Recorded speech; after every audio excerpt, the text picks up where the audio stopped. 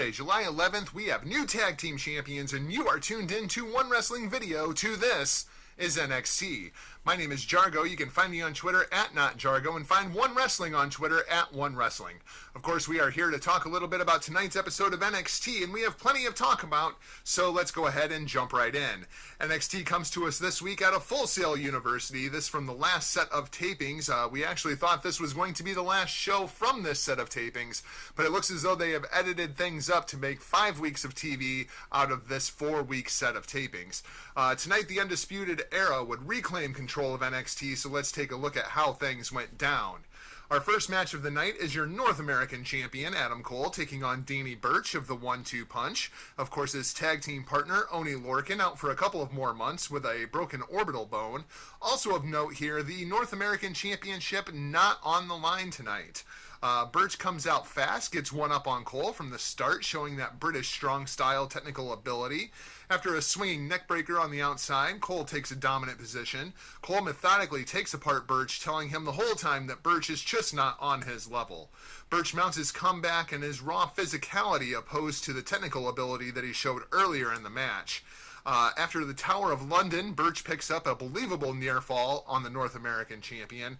Cole mounts his comeback after a big seated super kick, a brainbuster into his knee, and the last shot. Adam Cole picks up the win clean here over Birch. Clean. I think that's really the key here. No chicanery from the Undisputed Era, no real cheating tactics, just Adam Cole thinking that he's a chihuahua in a fight with a pit bull. There's something absolutely wonderful about Adam Cole, that he wrestles this big man, almost Kevin Owens-like style, while he's all of, 5'10" and 180 pounds? It's absolutely fantastic. The guy never stops running his mouth. This was absolutely a showcase for Adam Cole, and that he really is that good in the ring, not just somebody who's leading this faction around aimlessly and just stealing cheap wins here and there. Really, really good match out of Birch as well. Really good stuff. Backstage, we get an interview with Candice LeRae as she's walking through the courtyard. She runs into Shayna Baszler. Candice says that she heard what Baszler had to say about her last week and gets up in Baszler's face. Baszler retorts before a slap from Candice to the champion, and the fight is on. I really want to see these two girls go at it again. Of course, they met in the semifinals of the Mae Young Classic last year when Shayna Baszler choked out Candice LeRae. I'd absolutely love to see Candice get that win back.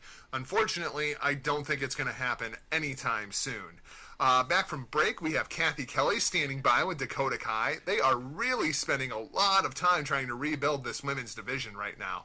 She says that she is on a mission to get back to the NXT Women's Championship picture before she is interrupted by Lacey Evans, the First Lady of NXT. It seems these two are destined to dance next week. Originally, we had thought this match was going to be on this show, but it seems as though this is one of those matches that has been edited to get another week out of this set of tapings.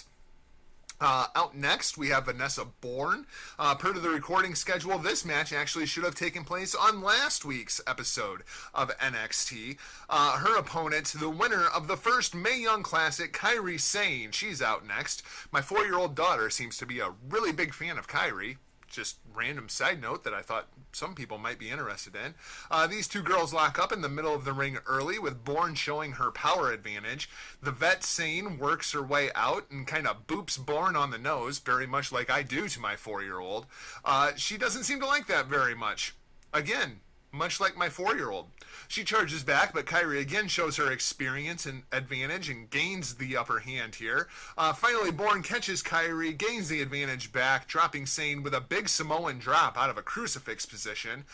From there, a spinning vertical suplex that looked fantastic, and Bourne starts to just dominate Sane, going to work on that injured lower back. Bourne goes up top for a Vader bomb and yells out to the crowd, "Cheer for me!" But of course, we've seen this before, as heels often do when they pander to the crowd. She takes too much time and misses the Vader bomb. Sane goes back to work. After a spear from Kyrie, she walks the plank and hits the running elbow in the corner. She goes up for the insane elbow, but is cut off by Bourne. After reclaiming the top position, Kyrie actually wins this match by submission with the anchor. Great seeing her bringing this into her arsenal here in NXT. I thought Vanessa Bourne looked absolutely fantastic here, but she's still really young in the business, and she hasn't been on NXT TV for that long. I like the story that they're telling, that, she's big, she's dominant, she's got a great look. She's just not experienced enough to go one-on-one with somebody like Kairi Sane at this point. But I expect big things out of Vanessa Bourne in the future. Kairi then takes the mic and calls out the champ. She says that she's beat Baszler before and she will beat her again. Again. Again. Until finally the NXT crowd actually jumps in on this thing too. And the crowd is actually chanting again, again, again. And Kairi signals that she is ready for the NXT Women's Championship. Perhaps that's who Shayna Baszler is going to be facing in Brooklyn. It seems as though next week we will have a fatal four-way #1 contenders match between Kairi Sane, Nikki Cross, Candice LeRae, and Bianca Belair. We once again catch up with the wandering champion, Alistair Black, as the camera crew is trying to catch a word with the champ. He's actually approached by Johnny Wrestling. Johnny tells Alistair that Tommaso Ciampa cannot become NXT champion. Black seemingly ignores Gargano and turns to leave before Gargano again stops the champ.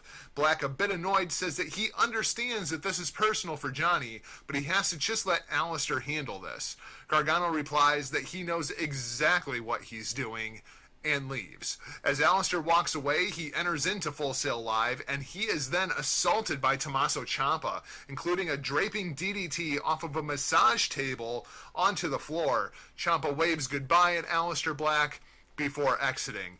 Nothing here has changed my thoughts. I still think this is leading to a triple threat in Brooklyn. It's going to be Johnny Gargano versus Tommaso Ciampa versus Alistair Black for the NXT Championship.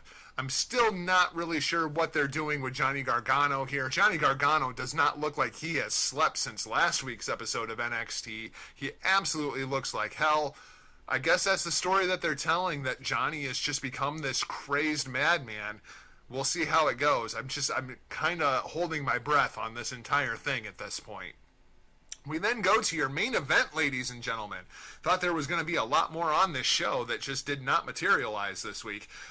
Your main event, Kyle O'Reilly and Roderick Strong recapture the NXT Tag Team Championships from Mustache Mountain in the name of the Undisputed Era. This, of course, the rematch from the Royal Albert Hall and the NXT UK special. Even during the introductions, you hear how torn Full Sail is here with an Undisputed and Mustache Mountain dueling chant breaking out.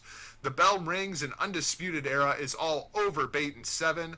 A quick comeback from Mustache Mountain, and they go to work on O'Reilly and Fish before the heels take a powder, and we get a little bit of a reset. Bait and Seven chase Undisputed Era to the floor and then go to work.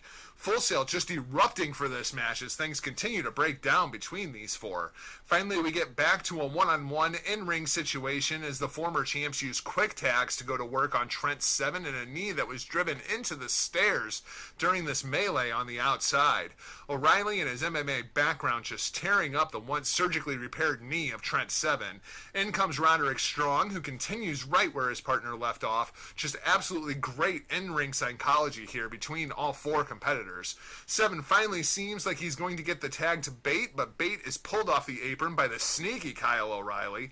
Strong takes down Seven, gets him right back into another knee bar. Seven hits a DDT, and once again it seems as though Seven is going to have a chance to make a tag, but Strong makes the tag first to O'Reilly, who then cuts Seven off. O'Reilly takes down Seven again, and then backed into another variation of a knee bar. Seven finally gets a hot tag to Bait, who comes in and just destroys both Strong and O'Reilly. After a standing shooting star press, we get a believable near fall. Bait goes to work on both members of the Undisputed Era while Seven is being seen by a doctor on the outside. Amazing feats of strength here from Tyler Bate, including a big swing with one of the members of Undisputed Era on his back, and then the other one, of course, Cesaro's swing going around. Absolutely crazy stuff from a guy the size of Tyler Bate. Eventually, the numbers game starts to catch up to him here. Bate looks to make the tag and then realizes just how bad of shape Seven is in. Seven pulls himself back up onto the apron, but Bate doesn't make the tag. O'Reilly back in, full of fire, goes to work on Tyler Bate. After signals get crossed, Strong takes out O'Reilly, kicks Bate into the own corner, and Seven tags back in, bad knee and all. He gets one up on Undisputed Era for a bit before the knee gives out, and Strong takes advantage with a big chop block and then a modified Texas Cloverleaf that just looked incredibly brutal. Bate flies in for a save, tag back to O'Reilly, who cuts off Seven before he can make the tag to Bate and into another heel hook. Seven does all he can to get out of this heel hook before finally O'Reilly releases a hold, and then only to turn around and get put into another submission applied to the knee as Seven tries to make his way to the corner. Bate with towel in hand, looking for the tag, listening to his partner just screaming out in pain, Seven refusing to tap. Finally, Bate throws in the towel and comes in to make the save on his friend as the Undisputed Era reclaims their tag team championships. Out come Adam Cole and Bobby Fish to celebrate with their Undisputed Era brothers as we go off of the air. Absolutely great stuff from all four guys. I knew the finish of this match. I knew how this match went down. I didn't care. I was still completely enthralled by the storytelling going on inside of the ring. You don't see the towel thrown in finish very often. Just great stuff. If you enjoy tag team wrestling, absolutely go out of your way to look this thing up. Of course, I expect Mustache Mountain will probably be the first NXT UK tag team champions, and perhaps maybe at War Games we get another duel between these two as we see NXT UK and NXT North America kind of face off and go at it one-on-one. So that's going to wrap things up for this week's episode of This is NXT. Thanks for watching and or listening. Be sure to catch myself in Huckleberry number 1, RBV, this Friday over at the Hitting the Marks Pro Wrestling Podcast as we take a look at the card for Extreme Rules and the first round of the New Japan Pro Wrestling G1 tournament. If you are a fan of the New Japan, please check out our instant reaction here at One Wrestling video featuring myself and Matthew Schaefer of the Impact Report. Be sure to follow me across all social media at NotJargo, as well as the brand here at One Wrestling, and be sure to subscribe. Thanks for watching. We'll see you back here next week for This is NXT. For now, this is Jargo. I'm off like a prop dress. See ya!